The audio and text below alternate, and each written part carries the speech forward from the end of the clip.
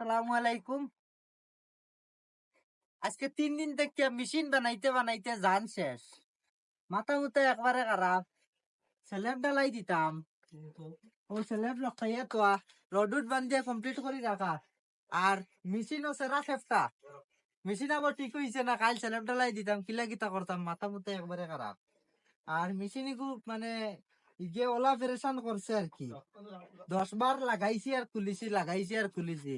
কারণ মেকানিক্স বালা তো খুব বেশি জানি, খুব বেশি বুঝি, ওটার লাগি লাগাই আর খুলি আর টেস্ট করি। আর একটা জিনিস লাগাই টেস্ট করি, ফিরিয়া আবার দেখি আবার লাগা, ফিরিয়া আর একটা লাগাই, আর একবার টেস্ট করি, ফিরিয়া আর ফিরিয়া খুলি, ফিরিয়া আর একবার। মানে ওটা করতে করতে 10 বার খুলিয়া আর আর লাগাইয়া আর মেকানিক্স তো নাই কইলাম না কাই। তো মেকানিক্সও পাইয়ার না।